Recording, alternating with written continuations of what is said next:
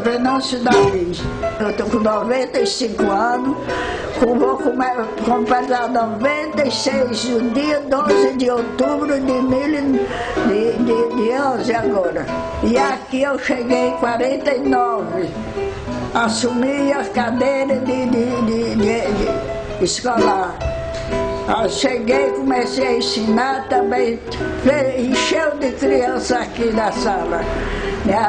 Minha escola era pobre, não tinha alimento, só tinha eu aqui ensinando. E chegava muito meus alunos, eu aqui, eu era carrasca, eu nunca brinquei com aluno. Eles eram do meu coração, eu gostava muito deles, porque a mamãe era obrigada a fazer o que a mãe faz com eles. Logo os pais diziam: Fausta, você é a dona, mãe dos meninos. E eu gostava disso aí.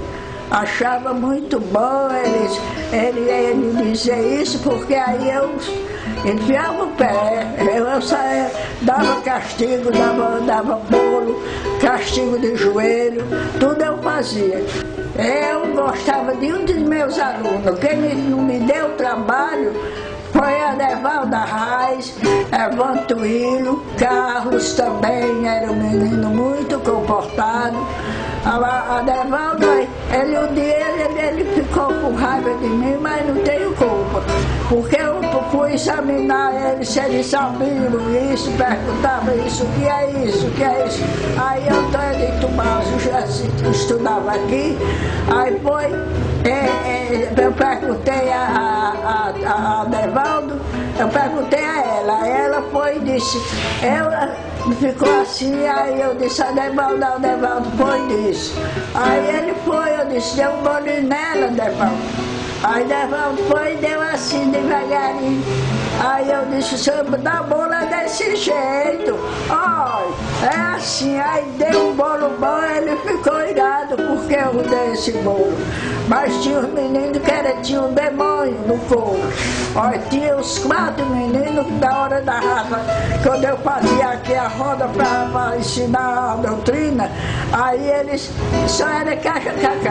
Aí eu botava ele de castigo, ia lá dentro e cá fora, ele saía, tinha um pé de goiaba, eles eram demônio. Aí ele lá no muro, lá no banheiro, fazia que ia no banheiro, mas não ia não. E ele tirar goiaba, pimenta. Ainda hoje tem gente que diz, Fausta, tu quer ensinar meus filhos? Tu vai ensinar, mulher. Quando eles saem da escola, tu ensina aqui. Eu digo, Deus me defenda. Eu não vou mais ensinar não. Tenho muita saudade, às vezes eu acordo, sonho com a sala cheia de criança e eu daquele barulho, quando me acordo fico com a saudade de meus alunos, com a falta, a pena. Aí